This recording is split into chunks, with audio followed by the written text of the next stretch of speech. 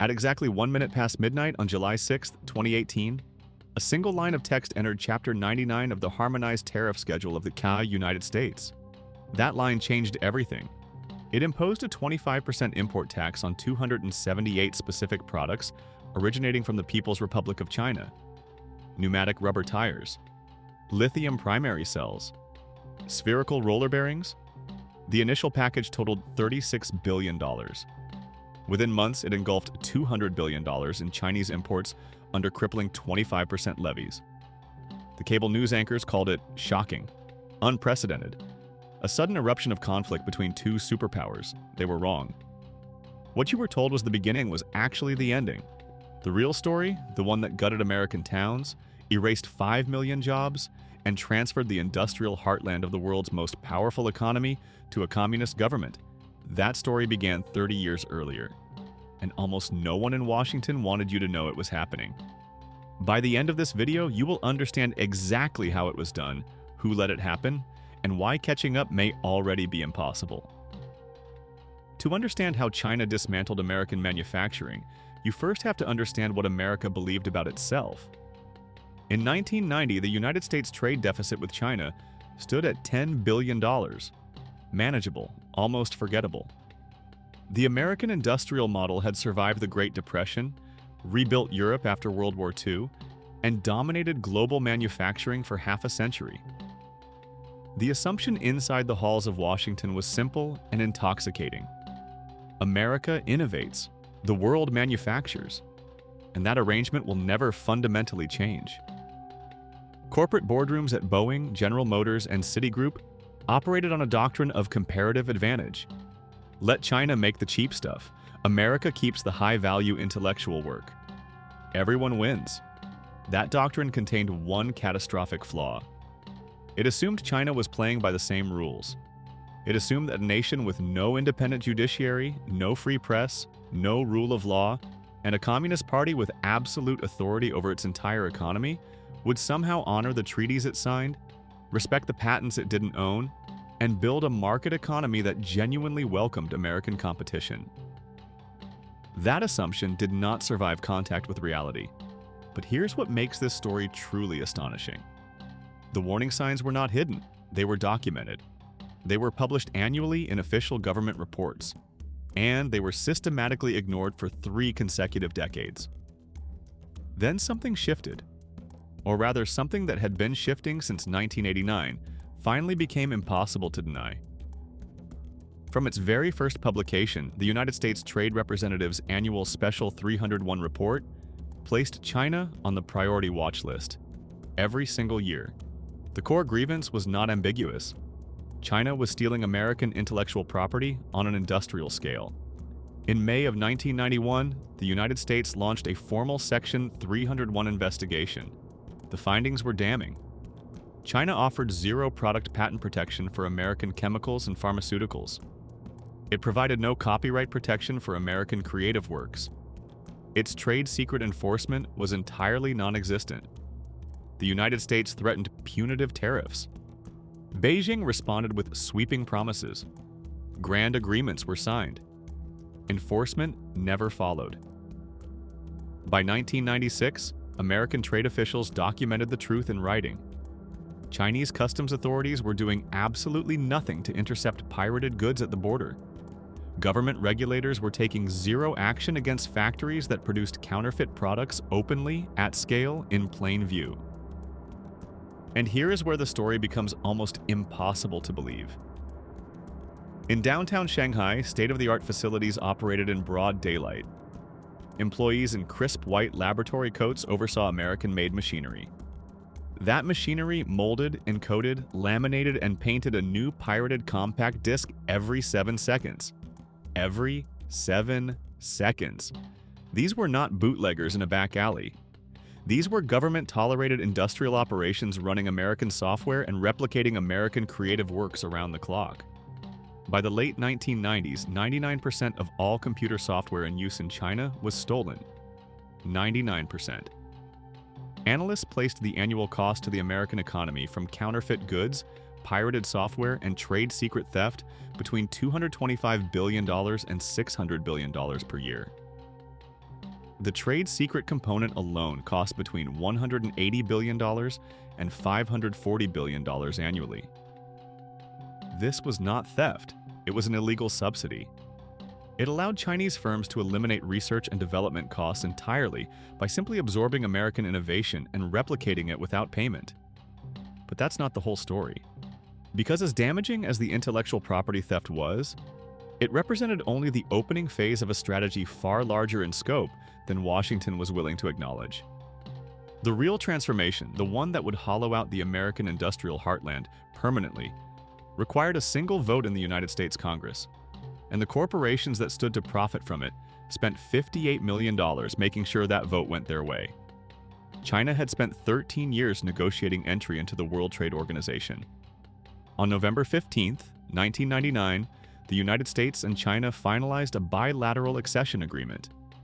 It mandated steep reductions in Chinese tariffs. It slashed automobile tariffs from 100% down to 25%. It required the elimination of import quotas. It granted foreign businesses the right to import and distribute goods directly within China. But to execute this agreement, Congress had to grant China Permanent Normal Trade Relations, PNTR. And what they discovered next, about what that decision would actually cost, caught even The Economist off guard. The Business Roundtable mobilized aggressively. Executives from Boeing, General Motors, and Citigroup deployed $9.2 million in direct lobbying. Multinational corporations poured $58 million in soft money contributions into the campaign. Governors from over 40 states sent letters to Congress advocating for passage. President Bill Clinton delivered the defining speech on March 8, 2000. His argument was elegant, it was confident, and it was built on assumptions that would prove catastrophically wrong. Clinton declared that the agreement was a one-way street benefiting American workers. China would tear down its protectionist walls. American companies would export products without exporting jobs. He promised that economic liberalization would inevitably fracture the Chinese Communist Party's monopoly on power. He argued that joining the WTO forced China to import the defining value of democracy, economic freedom. He famously dismissed China's attempts to control the internet as akin to trying to nail Jell-O to the wall. The opposition was fierce. The AFL-CIO and the United Steelworkers generated 200,000 letters to House members. Representative Bernie Sanders denounced the legislation on the House floor, predicting it would allow corporations to outsource American jobs to a nation paying wages of 20 cents an hour. Representative Sherrod Brown highlighted the absurdity of normalizing trade with a partner engaged in rampant intellectual property piracy, currency manipulation, and the documented use of forced labor. The corporate lobbying and presidential pressure overpowered the resistance. The House of Representatives passed PNTR by a vote of 237 to 197 on May 24, 2000. The Senate followed with an 83 to 15 bipartisan vote on September 19, 2000. President Clinton signed the bill on October 10, 2000. China officially entered the World Trade Organization the following year. And here's where the United States made its fatal mistake. It assumed the war it was entering was an economic competition. It was not. It was a systematic transfer of the American industrial base to a foreign government that had no intention of honoring the rules of the system it had just joined. But here's what most people are completely missing. The destruction that followed was not an accident. It was not an unforeseen consequence. Economists at the Economic Policy Institute documented it in real time. They called it the China shock. And the magnitude of the disruption exceeded every macroeconomic forecast the administration had produced. The U.S. trade deficit with China exploded from $83.6 billion in 2000 to $273 billion by 2010. Between 2001 and 2018, the surge in Chinese imports eliminated or displaced 3.7 million American jobs. Manufacturing bore 75.4% of those losses. The United States shed 5.4 million manufacturing jobs between 2000 and 2011. That translates to an average of 1,276 factory jobs erased every single day for over a decade. A net total of 66,486 manufacturing establishments closed permanently during this period. The academic models had predicted that displaced factory workers would migrate, retrain, and re-enter the workforce in growing sectors. That did not happen. Laid-off workers did not move. They remained trapped in declining regional economies. They converted nearly one-for-one into the long-term unemployed or exited the labor force entirely. The resulting economic scarring was generational, plummeting local tax revenues, depressed housing prices, collapsing wages for workers without college degrees, rising reliance on government transfer programs, measurable increases in childhood poverty, single parenthood, and mortality rates linked to drug and alcohol abuse. The macroeconomic statistics fail to capture what actually happened in specific places.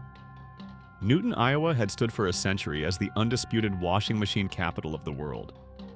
By 1924, Maytag produced 1 out of every 5 American washers. The company survived the Great Depression entirely unscathed. At its zenith, the Maytag facility employed over 3,000 workers. It provided full medical benefits, robust pensions, and middle-class stability to 1 in every 5 residents of the city of 15,000. Facing immense pricing pressure from subsidized Chinese imports, Maytag faltered. In 2006, the Whirlpool Corporation acquired Maytag for $1.37 billion and immediately initiated the closure of the Newton plant, shifting production to facilities in other states and Mexico. By late 2007, the sprawling 1.9 million square foot manufacturing complex, spanning 175 acres, sat entirely vacant. 1,800 local jobs vanished in a single stroke. A mechanical roar that had defined a community for 100 years went completely silent. By analyst projections, import competition from China caused nearly 60% of all United States manufacturing job losses between 2001 and 2019. Most people have no idea this is already permanently written into economic history. The furniture industry of the American South suffered identically. The 1999 bilateral WTO agreement slashed tariff barriers on wooden bedroom furniture, opening the American market to aggressively underpriced Chinese imports. Between 1999 and 2009, North Carolina furniture manufacturing lost more than half of its jobs. In Galax, Virginia, the Vaughan Bassett Furniture Company stood on the edge of extinction. Founded in 1919, it had anchored the town's economy for 8 decades. John Bassett III launched a relentless legal and political counteroffensive, proving in American trade courts that Chinese manufacturers were dumping products below their actual cost of production. He secured punitive duties and preserved 700 manufacturing jobs in Galax. Vaughan Bassett survived. As an anomaly. As an exception, that proved the rule. The vast majority of its regional competitors vanished permanently. But here's where it gets revolutionary and deeply alarming. While the American manufacturing sector spent 2 decades bleeding out, the Chinese government was not standing still. They had already won the war for consumer goods manufacturing. They were now preparing the final phase. In May of 2015, Chinese Premier Li Keqiang signed the Made in China 2025 initiative into law. It was a 10-year blueprint to transform China from a labor-intensive workshop into a technology-intensive powerhouse. It identified 10 core high-technology sectors for absolute global dominance: next-generation information technology, advanced robotics, aerospace engineering, artificial intelligence, new energy vehicles. The government committed roughly $300 billion in 2015 alone to bankroll domestic champions in each sector.